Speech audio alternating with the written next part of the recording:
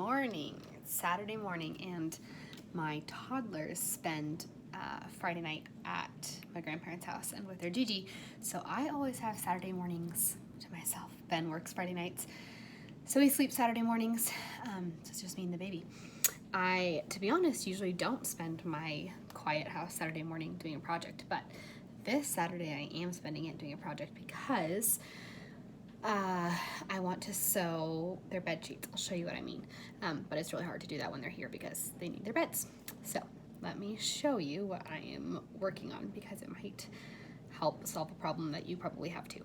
So here's what I'm working with. This is the kids' room. It's not quite finished. I still need to paint that. That table doesn't belong there, but I'm using it to sew today. That's John. My problem is my kids' beds always look like this, and it is so frustrating, and I get so tired of making them, and I have to pull them away from the wall every day to make them, well, I don't even bother with the top bunk because that's just too much. But the bottom bunk, I at least pull away from the wall. I have to retuck the sheet, redo the hospital corner every morning. And it's just a total pain in the butt. Anyway, so their room always looks messy. Some genius moms figured out a solution to this called Betty's bedding, which you can look it up, but they're really expensive. It's like $260 for a twin-sized bedding. And the problem, and I've looked at them for years and thought, oh, shouldn't I? But the problem is I just spent a bunch of money redoing their bedroom.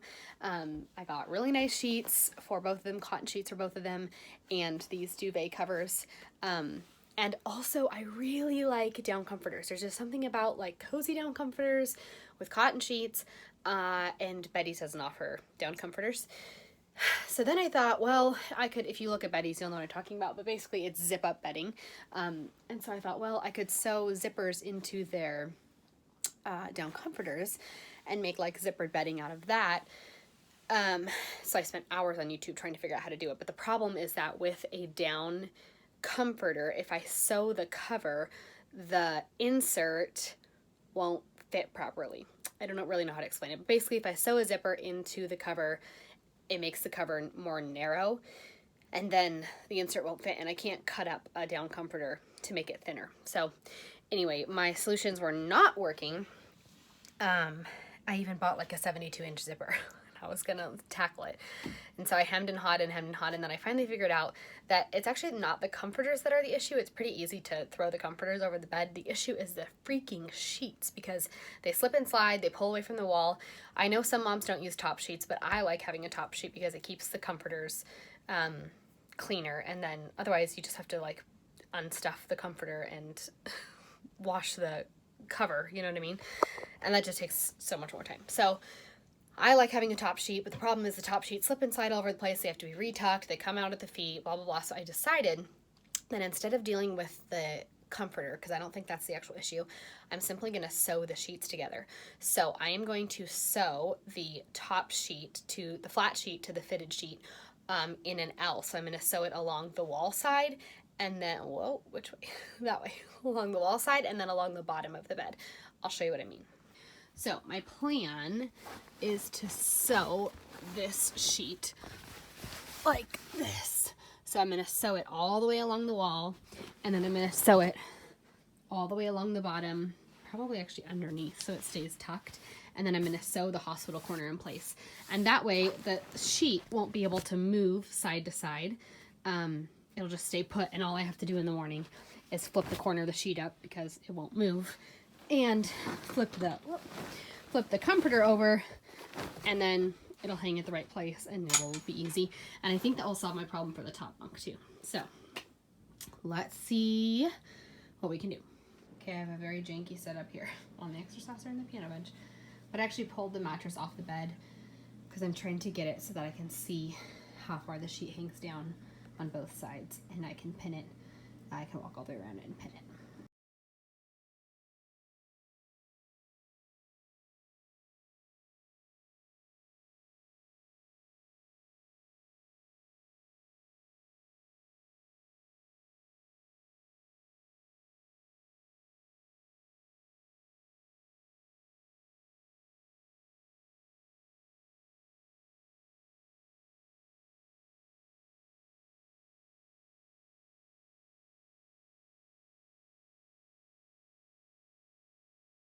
Okay, I don't know how easy it is to see the method to my madness, but you can see that I pinned all along. So I pinned the top sheet to the flat sheet, or the flat sheet to the fitted sheet, and then I pinned in my hospital corners. I like a good hospital corner in bed. I know these don't look perfect, but I think they'll look better once I sew them.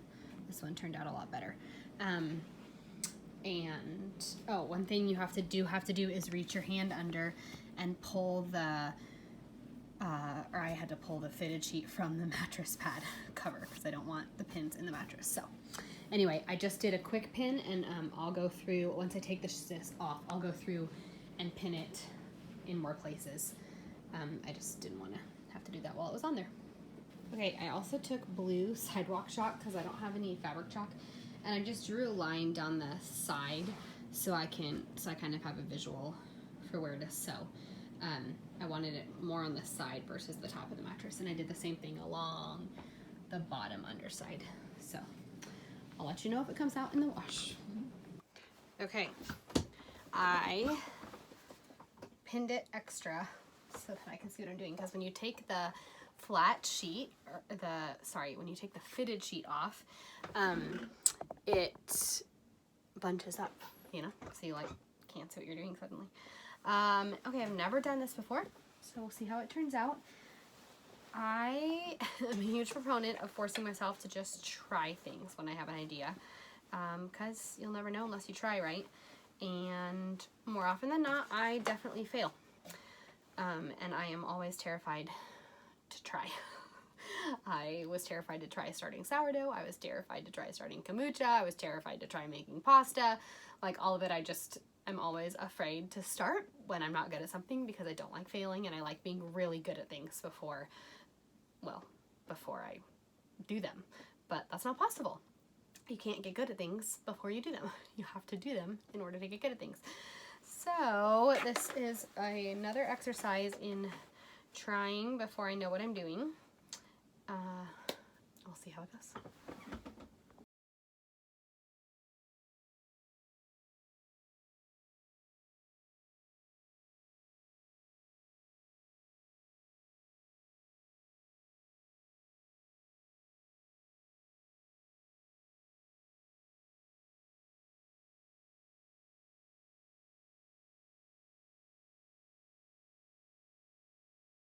All right, the moment of truth. It turned out perfectly.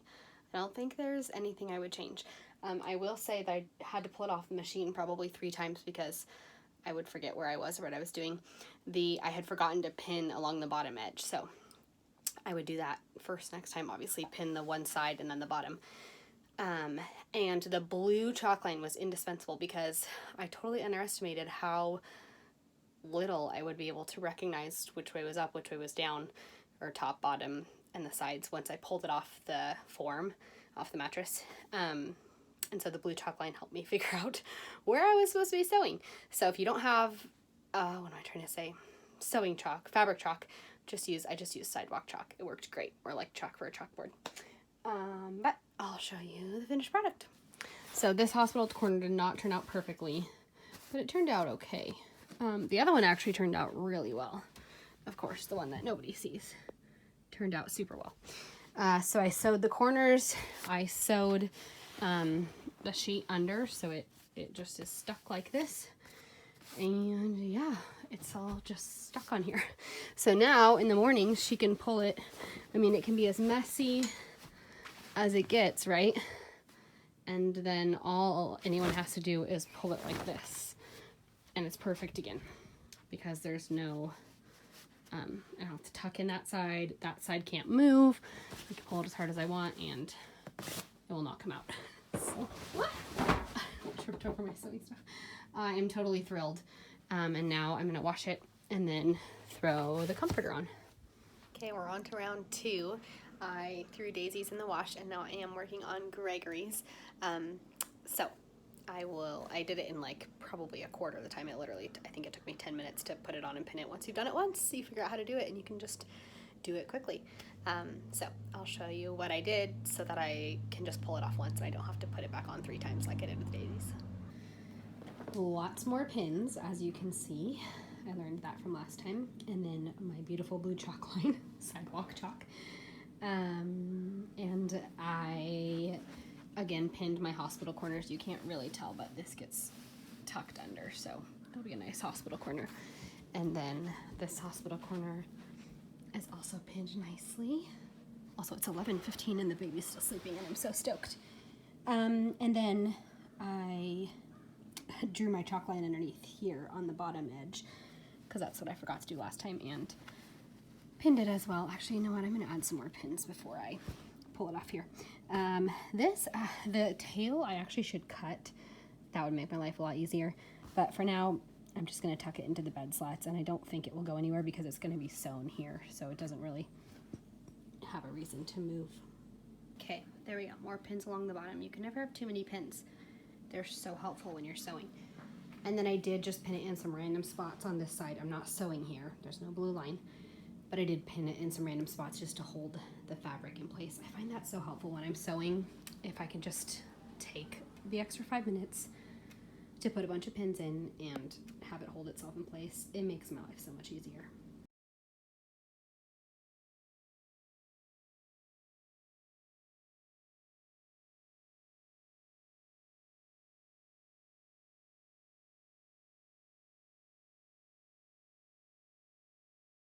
One quick tip that I find helpful for a big project like this, I put 2 pins really close together at my starting point, because it's really easy when you have a whole mess of fabric like this that's all the same color and the same shape and stuff, to be like, where do I start? So if you have a colored pin, it works even better, but I just put 2 pins close together. That means that's where I start, and then I know which way I'm going. I want to say something about sewing real quick. I know a lot of women do not know how to sew. It is a lost art, and we need to resurrect it as mothers and homemakers. It's not hard to learn how to sew, you guys. I am no seamstress. I can sew buttons on, I can figure out a zipper, and I can sew lines and corners. That's really all you need for like the majority of household mending projects. You have to be able to sew a hem, which is literally just folding, and then lines and corners. You know, you need to be able to mend blankets or mend sheets like I'm doing, or mend pillowcases or whatever, but any project that I do, I literally just need lines and corners. So, like I said, I'm no seamstress, but this is a super valuable skill. You can save your family so much money, even just $20 per pair of pants that you need to hem, or that you need to get hemmed. You can save your family all that money.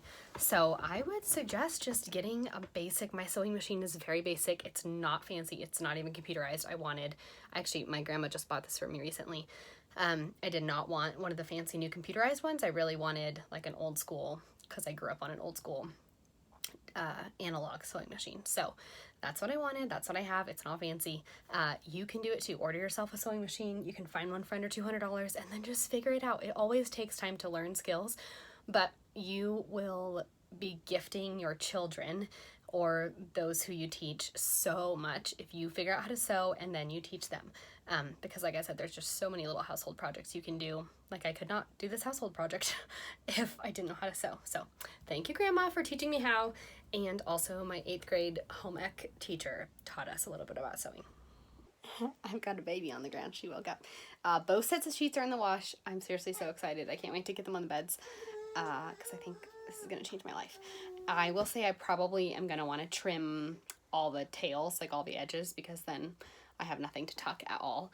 But I don't know. Maybe we'll do that another time. So right now I'm going to finish up I'm going to sew up a, what is it called? A rice sock that I have it made. I just need to fill it with rice because I didn't have enough rice, and get the edges sewn while I'm waiting for the sheets to be done washing and drying, and while the baby rolls around on the floor. Here's what I made while I was waiting for the sheets to dry. Don't be impressed. I had already done all the hard parts. You can see the zigzag stitching between each compartment. It's just a pillowcase. It's half, or like more like a third of a pillowcase, and I hemmed one side. This side is already finished, obviously, because it's a pillowcase. Anyway, I just filled it with rice. They're so nice. You can heat them in the microwave or in the oven. We use the oven. 30 minutes on like 250 before you go to bed.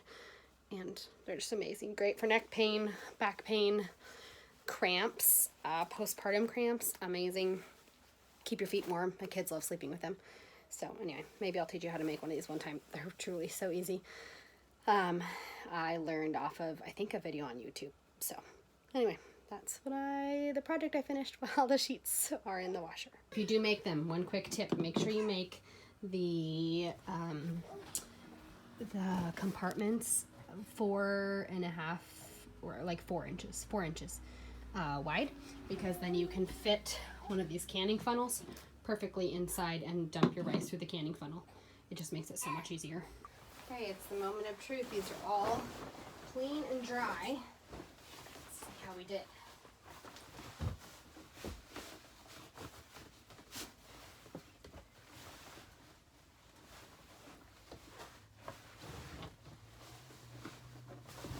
Oops.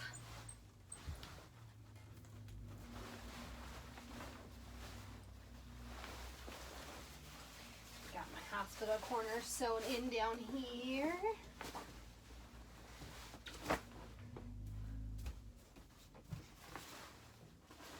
Which makes me happy. I suppose if you don't care about hospital corners, it doesn't matter to you, but I like hospital corners. See, this is the tail part. I think I'm going to end up trimming that because I still have to tuck it in, but I don't have to make the hospital corners, and that won't come away from the wall now. But again, I think I might just trim all the tails off. Hey, look at that. A perfectly made bed. And I didn't have to put the bed sheet on. Oh man, I'm so happy. And then this part is easy because I don't mind throwing a comforter on in the morning. And the kids, actually, the whole reason I did this, so the kids can make their beds more easily and they can throw a comforter on. But the sheets are really hard for them to figure out when they get all, messed up. So now, they don't have messed up sheets anymore. Look here. And honestly, the comforters don't get that messed up because, well, they just don't. And like I said, they're pretty easy to fluff. But, oh, where's your pillow? There it is. Ta-da! Yay! Okay, let's make Greggy's. Obviously, I still have to climb up the ladder to do this, but I'm hoping my life is easy because I don't have to do a fitted sheet or the flat sheet. After the fitted sheet, I just get to, always takes a little bit of gymnastics to get sheets back on a bunk bed, doesn't it? But hey, saves so much space.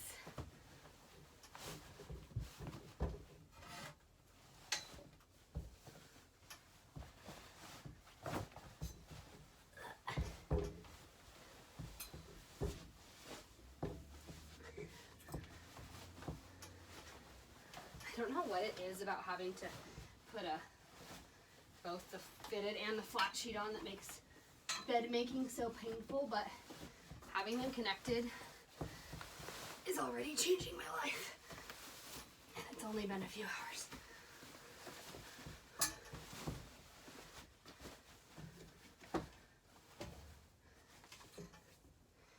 There we have it, folks. Sheet can't move. It's quite literally trapped. Again, I think I'm gonna cut those tails off. This just needs to go under all the way.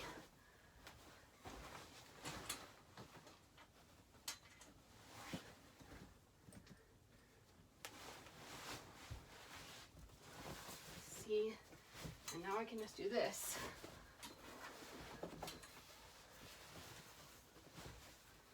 The sheet is perfectly in place. Yay! I know you're probably thinking, did that really save you very much time? But this is a bed change, I'm going for the every morning grind. That's what I'm trying to save time doing. And then honestly, this comforter, I Oh, you can't even see the other side of it. I just hook it up there.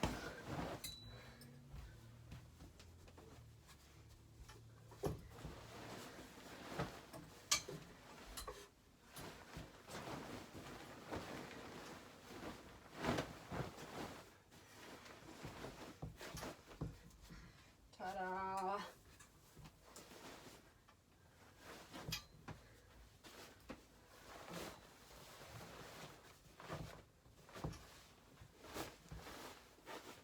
Hopefully it just mostly always looks like that. Okay, see how my kids do with it, but we did it! I thought I'd give you a quick little update. This is day 2. They slept in their beds last night. They look like that, which is fine. I knew they're gonna look like a mess. I'm gonna show you how quick and easy it is to fix them. Okay.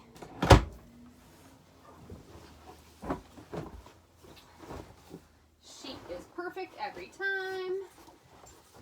Comforter is easy. Ta-da, that's like 2 seconds. What was that, like 1 minute? I love that the sheet, you know, guys, I should have made, I don't know if you could tell, but I should have made this, oh, you can't really tell. Here, let me angle you down.